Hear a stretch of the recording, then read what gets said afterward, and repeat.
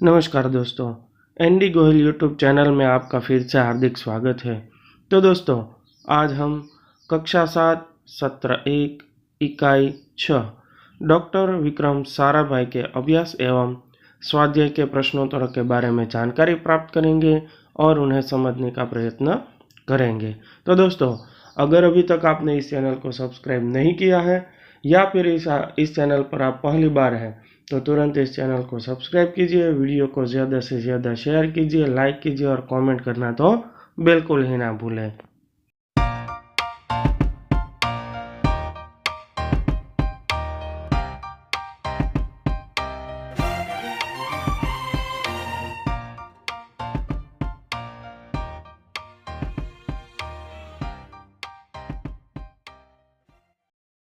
तो आइए दोस्तों, अब देखते हैं अभ्यास के प्रश्नोत्तर। मुख्य प्रश्न 1, निम्नलिखित प्रश्नों की मौखिक चर्चा कीजिए। तो उसमें पहला प्रश्न है, विक्रम साराभाई ने खुद अपनी नाम चिट्ठियाँ क्यों लिखी होंगी? तो उसका उत्तर कुछ इस प्रकार हो सकता है। यहाँ पर हमने शिक्षक और विद्यार्थियों के बीच क्या चर्चा हो सकती है उसका एक उदाहरण दिया है। तो उसे देखते हैं। शिक्षक कहते हैं विद्यार्थियों से, तुम कैसे कह सकते हो कि व्यक्ति में बड़ा बनने की इच्छा बचपन से ही होती है? विद्यार्थी, गुरुजी, कहते हैं कि बच्चों के लक्षण पालने से ही दिखाई देते हैं। विक्रम साराभाई को ही लीजिए, उनमें प्रसिद्ध होने की इच्छा बचपन से ही जाग उठी थी। शिक्षक कहते हैं, वह कैसे? विद्यार्थी कहते हैं, 5-6 वर्ष की उम्र में उन्होंने देखा कि उनके पिता के नाम रोज बहुत सारे पत्र आते हैं। उन्होंने सोचा, कितना अच्छा हो अगर मेरे नाम भी अनेक पत्र आए। शिक्षक ने कहा, परंतु उनके नाम पत्र आते कैसे? विद्यार्थी, यही तो बात थी। बालक विक्रम को भी पता था कि उनके नाम पत्र आने वाले नहीं हैं। तब उन्होंने खुद ही पिताजी के नाम आए कई लिफाफों पर अपना नाम लिखा और वे लिफाफे डाकघर में डाल आए। इस तरह उनके नाम पर भी अनेक चिट्ठियां आने लगी। शिक्षक कहते हैं, सचमुच यह घटना भविष्य में उनके महान व्यक्ति बनने की सूचक थी। दूसरा प्रश्न, विक्रम साराभाई साइकिल पर विभिन्न कलाबाजियां करते थे। इस तरह आपको क्या करना पसंद है? तो उसका उत्तर हम अपने अपने हिसाब से लिख सकते हैं, क्योंकि दरेक विद्यार्थी की अपनी अपनी पसंद होती है और अपनी अपनी कलाबाजियाँ करने का तरीका होता है। लेकिन हमने उदाहरण के रूप में यहाँ एक उत्तर लिखने की कोशिश की है। तो देखते हैं उस उत्तर को। मुझे छोटी छोटी कविताएं बनाकर उन्हें गाना पसंद है। मुझे अपने आसपास की समस्याओं पर कविताएं बनाना अच्छा लगता है। इन कविताओं को दूसरों को सुनाकर लोक जागृति फैलाना मुझे पसंद है। मेरे इस शौक के पीछे मेरा कैसा भविष्य छिपा है, यह मैं नहीं जानता। मुख्य प्रश्न 2, इस पाठ को ध्यानपूर्वक पढ़ते हुए विक्रम साराभाई के बचपन की घटना अपने शब्दों में लिखिए। तो उसका उत्तर कुछ इस प्रकार हो सकता है। विक्रम साराभाई की उम्र उस समय 5-6 वर्ष की होगी। उनका परिवार घूमने फिरने शिमला गया था। विक्रम के पिता अंबालाल एक बड़े उद्योगपति थे, इसलिए उनके नाम प्रतिदिन ढेरों पत्र आते थे। बालक विक्रम के मन में इच्छा हुई कि उसके नाम भी रोज बहुत सारे पत्र आए।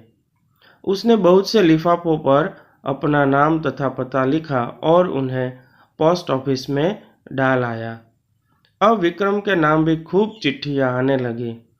इस घटना से इस महान वैज्ञानिक के बुलंद इरादों की झलक बचपन में ही मिल जाती है। मुख्य प्रश्न 3, निम्नलिखित शब्दों के अर्थ शिक्षक छात्र से पूछेंगे और छात्र शब्दकोश से अर्थ ढूंढकर उत्तर देने के लिए अपना हाथ खड़ा करेंगे। तो दोस्तों, यहाँ कोष्ठक में हमें कुछ शब्द दिए गए हैं जिनके हमें अर्थ शब्दकोश में से ढूंढकर लिखने हैं। तो आइए उन शब्दों के अर्थ देखते हैं। पहला शब्द है गाथा, तो उसका अर्थ होता है कथा। दूसरा है प्रतीक, तो उसका अर्थ होता है चिन्ह। तीसरा है विक्रम, तो उसका अर्थ होता है वीरता। उसके बाद है तत्पश्चात, तो उसका अर्थ होता है उसके बाद। अगला शब्द है कैम्ब्रिज, तो उसका अर्थ है इंग्लैंड का एक विश्वविद्यालय। उसके बाद भौतिक, तो उसका अर्थ होता है सांसारिक। उसके बाद का शब्द है अंतरिक्ष, तो उसका अर्थ होता है आकाश। अगला शब्द है प्रयोगशाला, तो उसका अर्थ है वह स्थान जहाँ विज्ञान संबंधी प्रयोग किए जाते हैं। अगला शब्द है इंटरनेशनल, तो उसका अर्थ है अंतर्राष्ट्रीय। उसके बाद का शब्द है मृत्यु, तो उसका अर्थ है मरण। अगला शब्द ऊर्जा, तो उसका अर्थ है शक्ति। उसके बाद युवा, तो उसका अर्थ है युवक। अगला शब्द उत्कृष्ट, उसका अर्थ है श्रेष्ठ। अगला शब्द स्मारक, तो उसका अर्थ है स्मृति चिन्ह। उसके बाद का शब्द है पुरस्कार, उसका अर्थ है इनाम। और अंतिम शब्द है हवाई, तो उसका अर्थ होता है काल्पनिक या हवा से संबंधित। मुख्य प्रश्न 4, शब्दार्थ, यानी कि शब्दार्थ के विभाग में जो शब्द दिए गए हैं उन शब्दों का वाक्यों में प्रयोग करना है। तो शब्द कुछ इस प्रकार है: इरादा, लिफाफा, ठहरो, लैस, अनुसंधान और उपाधि। तो आइए इन शब्दों का वाक्यों में प्रयोग करते हैं। पहला शब्द है इरादा, तो उसका वाक्य है हमारा इरादा हमेशा बुलंद होना चाहिए। दूसरा है लिफाफा, लिफाफे के अंदर पत्र रखा जाता है। तीसरा है ढेरों, दीपावली पर ढेरों पटाखे बिकते हैं। चौथा है लैस, तो वाक्य है हमारी पाठशाला में वैज्ञानिक उपकरणों से लैस एक प्रयोगशाला है। पांचवा है अनुसंधान, वैज्ञानिक अनुसंधान करके उपकरण बनाते हैं। छठा है उपाधि, मैं भारत रत्न की उपाधि पाना चाहता हूँ। मुख्य प्रश्न 5, दूरदर्शन अर्थात टीवी देखना लाभदायी है या हानिकारक? क्यों? कारण सहित तर्क दीजिए। तो देखते हैं दूरदर्शन के विषय में, वह लाभदायक है या हानिकारक। आज घर घर में दूरदर्शन आ गया है। अपनी लोकप्रियता के कारण वह हर परिवार के लिए अनिवार्य बन गया है। प्रत्येक वस्तु से कुछ लाभ के साथ कुछ हानियां भी होती ही है, परंतु दूरदर्शन तो लाभों का खजाना है। यह हमें देश विदेश में होने वाली घटनाओं की जानकारी देता है। उन घटनाओं के जीवंत दृश्य भी दिखाता है। बाढ़, अकाल, भूकंप आदि से होने वाले नुकसान दूरदर्शन पर देखकर हमारी मानवता जाग उठती है। दूरदर्शन तरह तरह से हमारा मनोरंजन करता है। फिल्में, धारावाहिक, नाटक आदि के द्वारा यह हमें आनंद देता है। देशभक्ति, समाज सुधार आदि के कार्यक्रम दिखाकर दूरदर्शन समाज में जागृति पैदा करता है। दूरदर्शन पर क्रिकेट, फुटबॉल और टेनिस के मैच देखकर हमारी खुशी का पार नहीं रहता। टीवी के कौन बनेगा करोड़पति जैसे कार्यक्रमों ने सबका दिल जीत लिया है, परंतु टीवी देखने से बच्चों की पढ़ाई में बाधा पड़ती है। खेलकूद छोड़कर टीवी से चिपके रहने के कारण उनके स्वास्थ्य पर भी बुरा असर पड़ता है। जो चश्मा पहले बुढ़ापे में आता था, वह अधिक टीवी देखने से बचपन में ही आ जाता है। टीवी के कारण हमारा आपसी मेलजोल कम हो गया है और हमारे हरे भरे रिश्ते सूखने लगे हैं। क्रिकेट मैच जैसे कार्यक्रमों में हमारा कितना समय बर्बाद हो जाता है, इसका कोई हिसाब नहीं। वास्तव में हमें टीवी का उपयोग सीमित करना चाहिए। अब देखते हैं स्वाध्याय के प्रश्नोत्तर।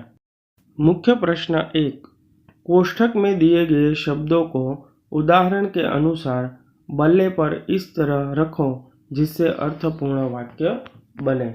तो दोस्तों हमारे पाठ्य पुस्तक में हमें कोष्ठक में कुछ शब्द दिए गए हैं और नीचे बल्ले अर्थात क्रिकेट के बैट की आकृति दी गई है।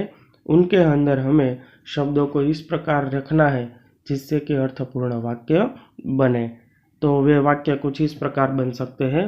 पहला है, विक्रम साइकिल पर कलाबाजियाँ करते थे। दूसरा, यह बालक बड़ा होकर यशस्वी बनेगा। तीसरा, उनके प्रयासों से अहमदाबाद में लोक विज्ञान केंद्र की स्थापना हुई। चौथा, डॉक्टर विक्रम ने भारत के विकास में उत्कृष्ट योगदान दिया है। मुख्य प्रश्न 2, निम्नलिखित एक वचन शब्दों का बहुवचन बनाकर वाक्य में प्रयोग कीजिए। तो सबसे पहला शब्द है लड़का, तो उसका बहुवचन होता है लड़के। वाक्य देखते हैं, लड़के मैदान में खेल रहे हैं। दूसरा है किताब, तो उसका बहुवचन है किताबें। वाक्य है, मैंने 2 किताबें खरीदी। तीसरा है नदी, तो उसका बहुवचन है नदियाँ। वाक्य प्रयोग है, नदियाँ हमें पानी देती हैं।